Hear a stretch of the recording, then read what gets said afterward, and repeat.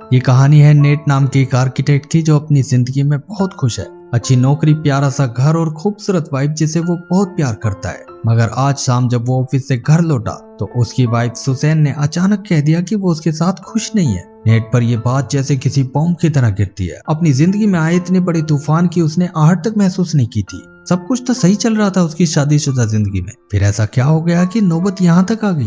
6 साल पहले जब नौकरी के लिए वो पहली बार इस शहर में आया था तो सबसे पहले उसकी मुलाकात सुसैन से ही हुई थी। छोटी सी जान पहचान में ही उसने नेट को अपना नंबर दे दिया था और इसके सिर्फ 1 साल बाद दोनों शादी के बंधन में बन गए थे। शादी के 5 साल बाद भी नेट सुसैन के साथ बहुत खुश था। उसे बहुत प्यार करता था। वो जिस काम के लिए हाँ कहती तो वो भी हाँ कहता, और अगर उसी काम के लिए बाद में ना कह दे तो उसका भी ना करना बहुत जरूरी होता। हर तीसरे दिन सुसैन अपनी सहेली और उनके पतियों को डिनर पर बुलाती रहती, जिसमें नेट का मौजूद होना भी बहुत जरूरी होता, जबकि उनमें से कोई भी उसका दोस्त नहीं है। लेकिन सुसैन की खुशी के लिए वो इन बोरिंग डिनर पार्टीज में भी ऐसे दिखाता जैसे वो बहुत एंजॉय कर रहा है। ऑफिस के उसके दोस्त हर वीकेंड उससे अपने साथ बाहर चलने के लिए कहते, लेकिन हर बार उसे मना ही करना पड़ता क्योंकि वीकेंड पर सुसैन उसके लिए कोई ना कोई नया काम सोच के रखती। जैसे इस हफ्ते वो उससे घर के वॉशरूम की रिमॉडलिंग करवाने वाली थी। पूरे हफ्ते घर में इतना बिजी होने की वजह से वो ऑफिस में भी कोई तरक्की नहीं कर पा रहा है। उसके पास इतना टाइम ही नहीं बचता कि वो कुछ नया करके दिखाए और उसका बॉस उससे इम्प्रेस हो।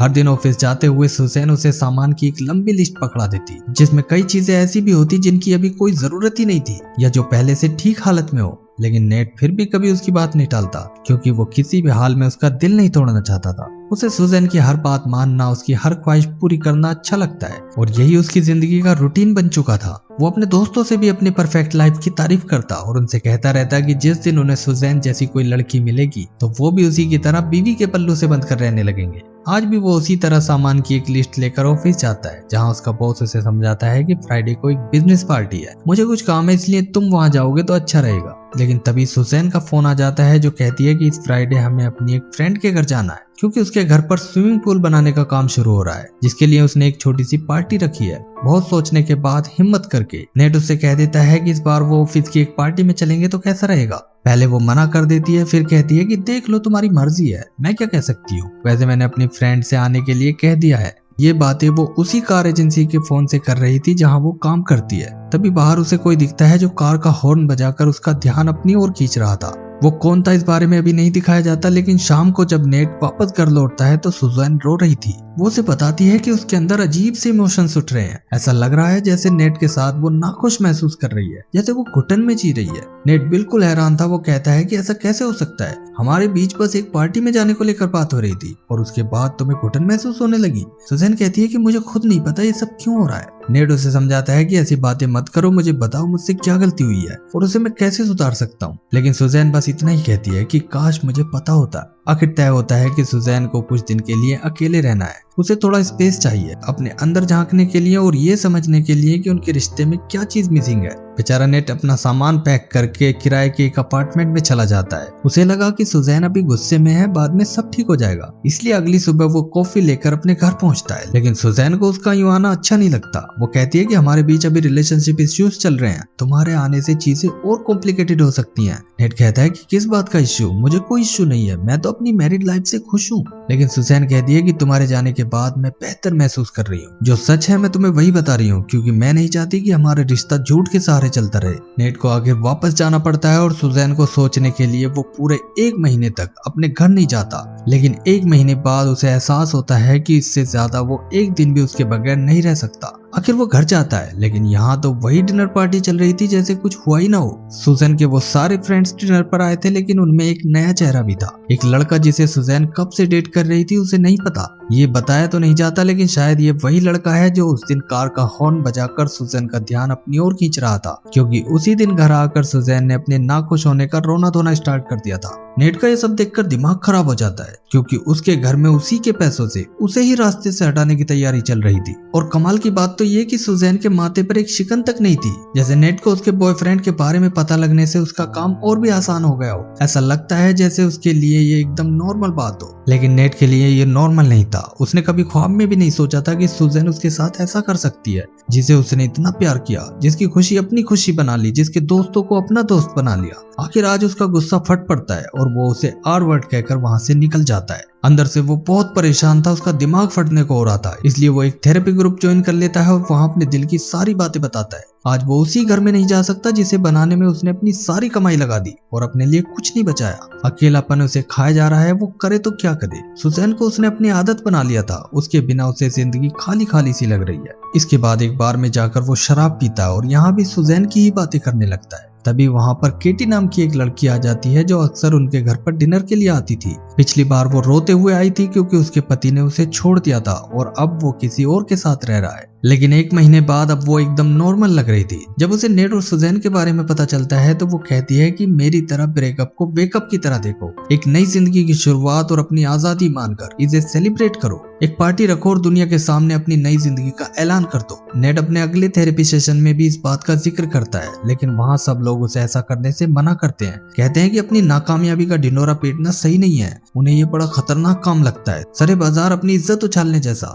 मगर नेड को ये पार्टी वाला आइडिया सही लग रहा था, इसलिए वो केटी से मिलकर उससे कहता है कि वो उसके लिए पार्टी ऑर्गेनाइज करे, क्योंकि पहले वो एक वेडिंग प्लानर ही थी। केटी पहले तो मना करती है क्योंकि अब वो एक अकाउंटेंट का काम करती है, लेकिन फिर एक शर्त पर मान जाती है कि पार्टी एकदम शानदार होगी, बिल्कुल किसी की शादी के जैसी, वरना एक डिवोर्स पार्टी में बोर होने के लिए कोई नहीं आएगा। वो कहती है कि मेरी फीस मिलाकर इसमें बहुत पैसा लगेगा। नेड हाँ कह देता है, लेकिन उसके पास इतने पैसे नहीं थे। सुजैन की ख्वाहिशें पूरी करते करते उसकी अपनी जेब खाली रह गई थी, मगर एक रास्ता था। अपने घर की एक चाबी उसके पास अभी भी थी, इसलिए वो चुपके से घर के अंदर जाता है और अपनी कीमती अंगूठी जो उसने सुजैन को प्रपोज करते वक्त दी थी उसे लेकर उसकी जगह एक नकली अंगूठी रख देता है। मगर इससे पहले कि वो बाहर निकलता तभी उसे सुजैन और उसके बॉयफ्रेंड के आने की आहट सुनाई देती है। अब वो जल्दी से बेड के नीचे छुप जाता है और आते ही सुजैन अपने बॉयफ्रेंड के साथ इंटीमेट होने लगती है। नेड अपने कान बंद कर लेता है, लेकिन फिर भी जब ये सब उससे बर्दाश्त नहीं होता तो वो बेड से बाहर आ जाता है। सुजैन उसे देखकर डर जाती है और उस पर चिल्लाने लगती है। नेड झूठ बोल देता है कि वो अपने जूते लेने आया था और वहां से चला जाता है। अब थेरेपी सेशन में वो फिर से अपना दुख बयान करता है, किस तरह 3-4 महीने की सैलरी लगाकर उसने वो अंगूठी खरीदी थी, कितना सोचा था, यहाँ तक कि उसे प्रपोज करने के लिए डांसर्स तक हायर किए थे। आज वही सुजैन उसे छोड़कर अपने बॉयफ्रेंड के साथ दिन रात मस्ती कर रही है। उसे इस बात की परवाह ही नहीं है कि जिसके लिए वही उसकी दुनिया थी उस पर क्या गुजर रही होगी। अब वो अंगूठी बेचकर डिवोर्स पार्टी के लिए केटी को पेमेंट करने लगता है। केटी पार्टी के लिए अलग अलग थीम सजेस्ट करती है, अलग अलग जगह दिखाती है जहाँ पार्टी ऑर्गेनाइज की जाएगी। नेड ज्यादातर चीजों में उससे डिसएग्री करता है, लेकिन बाद में एक पॉइंट पर आकर दोनों की चॉइस मिल ही जाती है। दूसरी ओर सुजैन भी अपनी एक पार्टी की तैयारी कर रही है जिसमें वो एक नई रिलेशनशिप का ऐलान करेगी। पार्टी के लिए वो भी अपने बॉयफ्रेंड के साथ शॉपिंग कर रही है, लेकिन उसका ये बॉयफ्रेंड नेड जैसा नहीं है। नेड की तरह उसकी हर बात ध्यान से सुनने और उसके हर मामले में इन्वॉल्व होने के बजाय वो फोन में ज्यादा स्क्रॉलिंग करता रहता है। केक का ऑर्डर देते हुए जब सुजैन उससे पूछती है कि इस केक का डिजाइन उसे कैसा लग रहा है, तो वो कहता है कि इसमें बताने के लिए क्या है, मुझे तो ये बस केक दिख रहा है। सुजैन इन बातों से कभी कभी चिढ़ जाती है, लेकिन कहती कुछ नहीं, क्योंकि कुछ तो खास बात होगी ही उसमें जो सुजैन ने अपनी 5 साल की शादी तोड़ दी। दूसरी ओर केटी नेड से पूछती है कि पार्टी में मेहमान कौन आएंगे। ज्यादातर जो दोस्त थे वो उसके नहीं बल्कि सुजैन के थे, तो वो भला क्यों आएंगे। इसलिए वो उससे कहती है कि पहले कुछ ऐसे लोगों से मिलना जुलना शुरू करो जिन्हें तुम वाकई पसंद करते हो, कुछ नए दोस्त बनाओ जो तुम्हारी पार्टी में आने को तैयार हो जाएं। नेड अपने उन्हीं 2 दोस्तों के पास जाता है जो अक्सर उससे बाहर चलने के लिए पूछते रहते थे, लेकिन वो मना कर देता था। आज जब वो उनसे पूछता है तो वो एकदम से मना कर देते हैं और उसे पिछली सारी बातें याद दिलाते हैं, लेकिन ये सब उसे एहसास दिलाने के लिए था। आखिर में वो उसे अपने साथ एक पार्टी में ले ही जाते हैं। यहाँ नेड जब शराब पीनी शुरू करता है तो पीता ही जाता है और सुजैन की बातें कर करके कई लोगों का दिमाग पका देता है। सबसे ज्यादा वो चैग नाम के एक शख्स को परेशान करता है। उससे दोस्ती करने के लिए कभी वो उसकी तारीफ करता है तो कभी उसके गे होने पर कमेंट कर देता है, जिससे तंग आकर चैग कह देता है कि इसे घर ले जाओ वरना ये पिट जाएगा। जब वो कोई नया दोस्त भी नहीं बना पाता तो केटी एक डेटिंग वेबसाइट के जरिए कई लड़कियों के साथ उसकी डेट फिक्स कर देती है, जिससे वो लड़की ही अपने दोस्तों को ले आएगी पार्टी में। लेकिन ये आइडिया भी काम नहीं करता, क्योंकि जितना वो किसी लड़की से मिलता है उतना ही ज्यादा सुजैन उसे याद आती है। उसकी यादों में वो रात भर अपनी और सुजैन की शादी की वीडियोस देखता रहता है। जब केटी ये सब देखती है तो वो कहती है कि ऐसे कैसे तुम जिंदगी में आगे बढ़ पाओगे, ऐसे तो डिवोर्स पार्टी का कोई मतलब ही नहीं रह जाता।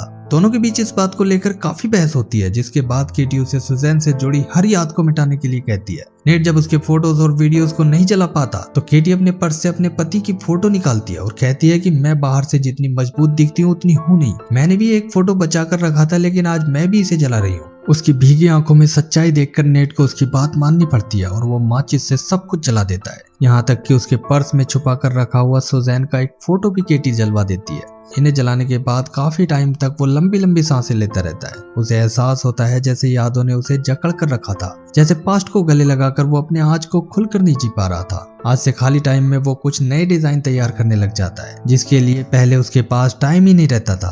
अब वो बदलने लगा था, जिसकी वजह से उसके कई दोस्त भी बन जाते हैं। खासतौर से चैग नाम का वही शख्स जो पार्टी में उसकी बकबक से परेशान हो गया था। क्लब में वो उनके साथ एक गेम भी खेलता है जिसमें एक एक कर सबको कोई फनी बात कहनी होती है और फिर सब टेबल थपथपाकर गाना गाते हैं। यहाँ वो उनके साथ काफी घुल मिल जाता है और आज वो उन सबको अपनी डिवोर्स पार्टी के बारे में भी बता देता है, जिसे सुनकर सब बहुत एक्साइटेड हो जाते हैं। नेट अब वो नहीं रहा था जो हर जगह सुजैन की बातें करके लोगों को परेशान करता रहता था। अब वो भी लाइफ को एंजॉय करने लगा है। दूसरी ओर सुजैन का बॉयफ्रेंड उसके कब्जे में नहीं है। वो जैसा चाहती है वैसी बातें वो नहीं करता। उसे बस रात को सुजैन की याद आती है, वरना तो पूरा टाइम वो बस फोन में ही लगा रहता है। एक शादी में जाने से पहले सुजैन उससे अपनी ड्रेस के बारे में पूछती है कि ये कैसी लग रही है। जवाब आता है ब्लैक, जिस पर सुजैन फिर से पूछती है, लेकिन फिर वो कहता है कि बिना ड्रेस पहने मुझसे पूछोगी तो मैं ज्यादा अच्छे से बता पाऊंगा। अब पार्टी का दिन बिल्कुल करीब आने वाला था, इसलिए केटी के साथ नेट काफी सारी शॉपिंग करता है। सुजैन की जिंदगी में आने के बाद पहली बार वो अपनी पसंद से चीजें खरीद रहा था। अब वो जॉगिंग भी करने लगा है, अपने आसपास की छोटी छोटी चीजों में खुशी ढूंढने लगा है। एक दिन वो अपने दोस्त चैड से किसी अच्छे हेयर स्टाइलिस्ट के बारे में पूछता है, क्योंकि अब से पहले उसे सुजैन की पसंद का हेयर स्टाइल रखना पड़ता था। चैड उसे जिसके पास भेजता है वो उसे पूरी तरह बदल देता है। उसका ये नया डैशिंग लुक देखकर केटी भी हैरान रह जाती है और कहती है कि तुम्हें हो क्या गया है। अब रेस्टोरेंट में डिनर के दौरान दोनों काफी मजाकिया बातें करते हैं और खूब हंसते हैं। तभी सिंगर एक इंडियन गाना गाने लगता है, जिसे सुनकर नेट कहता है कि चलो डांस करते हैं। केटी मना करती है, लेकिन इतने प्यार से कहने पर वो मना नहीं कर पाती। डांस करते हुए दोनों काफी करीब आने लगते हैं और एक पॉइंट पर दोनों एक दूसरे को किस कर लेते हैं, लेकिन बाद में दोनों ही ऐसे दिखाते हैं जैसे ये सब धोखे से हुआ हो। अगले दिन नेट कंपनी में एक कॉन्सर्ट हॉल का डिजाइन दिखाता है, जिसे वो पिछले कुछ दिन से बनाने में लगा हुआ था। इसे देखकर उसका बॉस एकदम हैरान रह जाता है, क्योंकि नेट से उसने इतने अच्छे और फ्यूचरिस्टिक डिजाइन की उम्मीद ही नहीं की थी। वो उसकी काफी तारीफ करता है, जिसे सुनकर नेट का कॉन्फिडेंस और भी बढ़ जाता है। अगले दिन दिखाया जाता है कि सुजैन अपने उन्हीं फ्रेंड्स के साथ छोटी सी एक पार्टी कर रही होती है और ये पार्टी होती है ड्रेस रिहर्सल की। यहाँ वो अपने बॉयफ्रेंड की हरकतों से परेशान थी, क्योंकि उसकी इंपॉर्टेंट बात सुनने की बजाय वो आज भी फोन में ही घुसा हुआ था। तभी नेट वहां आ जाता है, जो अपने नए लुक में एकदम हैंडसम और कूल लग रहा था। उसे देखते ही सुजैन गुस्से में कहती है कि यहाँ क्या करने आए हो। नेट बड़े आराम से कहता है कि अपनी डिवोर्स पार्टी के लिए वो सारे दोस्तों को इनविटेशन देने आया है। वो उसे भी अपनी पार्टी के लिए इनवाइट कर देता है, जिसे वो और भी बुरा समूह बना लेती है। यहाँ से आने के बाद नेट केटी को एक लेटर देता है, जिसमें लिखा था कि क्या वो उसके साथ डेट पर चलना चाहेगी। केटी इसे देखकर हंसने लगती है, लेकिन फिर उसकी पुरानी कड़वी यादें ताजा हो जाती हैं। वो कहती है कि मैं फिर से उस रास्ते पर नहीं चलना चाहती जहाँ एक दिन तुम आकर कहोगे कि तुम मेरे साथ खुश नहीं हो। नेट भी इस बात का कोई जवाब नहीं दे पाता, क्योंकि उसके साथ भी एग्जैक्टली यही तो हुआ था। वो उस लेटर को फाड़कर फेंक देता है। अगले दिन वो नहाकर बाथरूम से बाहर आता है तो बेड पर सुजैन को बैठा देखकर एकदम हैरान रह जाता है। कल तक जो उसे अपने आसपास भी देखकर चिढ़ जाती थी, आज वो खुद उससे कैसे मिलने आ गई। नेट आज उसी के अंदाज में उससे कहता है कि हमारे बीच कुछ इश्यू चल रहे हैं, तुम्हें यहाँ नहीं आना चाहिए था। लेकिन सुजैन उसका बुरा नहीं मानती। वो कहती है कि उसे कुछ जरूरी बात करनी है, तो क्या वो डिनर पर चल सकते हैं। डिनर पर वो उससे बड़े ही नॉर्मल अंदाज में कहती है कि जितना हम दोनों एक दूसरे को समझते हैं उतना कोई और नहीं समझ सकता। मैंने गलती की जो किसी और में ये सब ढूंढने चली गई, लेकिन सच यह है कि मैंने तुम्हें बहुत मिस किया और मुझे पता है कि तुमने भी मुझे उतना ही मिस किया होगा। इसलिए मैं चाहती हूँ कि 5 साल के लंबे रिश्ते को हमें एक और मौका देना चाहिए। वो इस तरह कह रही थी जैसे फैसला सुना रही हो, जैसे कोई ज्यादा बड़ी बात ही ना हुई हो। उसे पूरा यकीन था कि नेट ये सुनते ही दौड़े दौड़े उसके पास चला आएगा, और वो कुछ गलत भी नहीं सोच रही थी। जो उसने सोचा था बिल्कुल वैसा ही हुआ। शाम को ही नेट वापस सुजैन के पास जाने के लिए अपना सामान पैक करना शुरू कर देता है। जैसे ही वो दरवाजे से बाहर निकलता है तो सामने केटी खड़ी थी। जब नेट उससे कहता है कि वो अपने घर सुजैन के पास जा रहा है, तो ये सुनते ही उसका दिल टूट जाता है। नेट भी उसके उतरे हुए चेहरे को देखकर सब समझ जाता है। दोनों कुछ देर खामोश रहते हैं, जिसके बाद नेट कहता है कि तुम कुछ कहोगी नहीं। लेकिन केटी गुस्से में कहती है कि अब कहने के लिए रह ही क्या गया है, और फिर पलटकर यहाँ से चली जाती है। काफी सोचने के बाद उसे लगा था कि नेट जैसा आदमी जिसने खुद धोखा खाया हो, वो उसे धोखा नहीं दे सकता। इसलिए उसका डेट का प्रपोजल एक्सेप्ट करने के लिए वो यहाँ आ गई थी। लेकिन उसे क्या पता था कि यह आदमी एक दिन भी नहीं लगाएगा बदलने में। दूसरी ओर नेट को ऐसा लग रहा था जैसे वो जीत गया हो।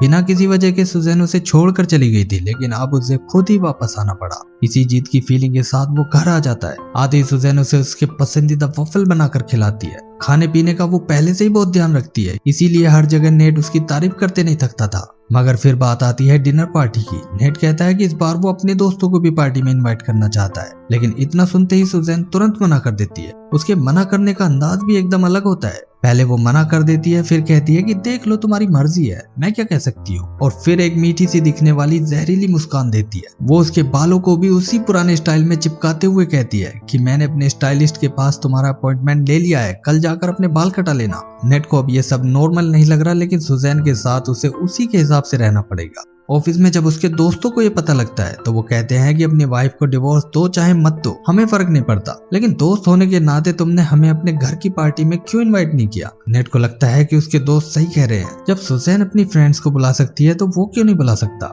आखिर वो फोन करके सुजैन से कहता है कि सारे न सही, लेकिन उसका एक नया दोस्त चैट तो जरूर पार्टी में आएगा। सुजैन अभी भी उसी अंदाज में मना करती है, लेकिन नेट जब बार बार कहता है तो वो दांत पीसते हुए कह देती है कि चलो ठीक है। अब पार्टी में वही बोरिंग बातें होने लगती हैं। औरतें अपने किसी नए प्लान के बारे में बात करती हैं और उनके पति उनकी हर बात पर हाँ में हाँ मिला रहे होते हैं। चैड उनमें सबसे अलग खड़ा था। उसका चेहरा देखकर नेट समझ जाता है कि वो इन बातों से बोर हो रहा है, इसलिए वो वही गेम शुरू कर देता है जो वो अपने दोस्तों के साथ क्लब में खेला था। उसके शुरू करते ही उसका दोस्त चैड भी शुरू हो जाता है और फिर एक एक कर पार्टी के सभी गेस्ट इस गेम में शामिल हो जाते हैं। लेकिन सुजैन इससे एकदम चिढ़ जाती है। उसके लिए औरतों की जो बातें चल रही थी वो सबसे इम्पोर्टेंट थी और आदमियों का उनकी हाँ में हाँ मिलाना और भी ज्यादा जरूरी था। पार्टी के बाद वो नेट के इस अजीब बर्ताव के बारे में पूछती है और एक बार फिर उसे अलग होने की धमकी देती है, लेकिन इस बार उसकी इस धमकी का नेट के ऊपर कोई असर नहीं होता। ऐसा लगता है जैसे वो इसी का इंतजार कर रहा हो। वो साफ कह देता है कि तुम्हारे बगैर जिंदगी उतनी भी बुरी नहीं है जितना मैं सोचता था। सुजैन को लगा था कि वो जब चाहे नेट को पट्टे से बांध कर रख सकती है, लेकिन उससे दूर रहकर नेट को आजादी का एहसास हो गया था।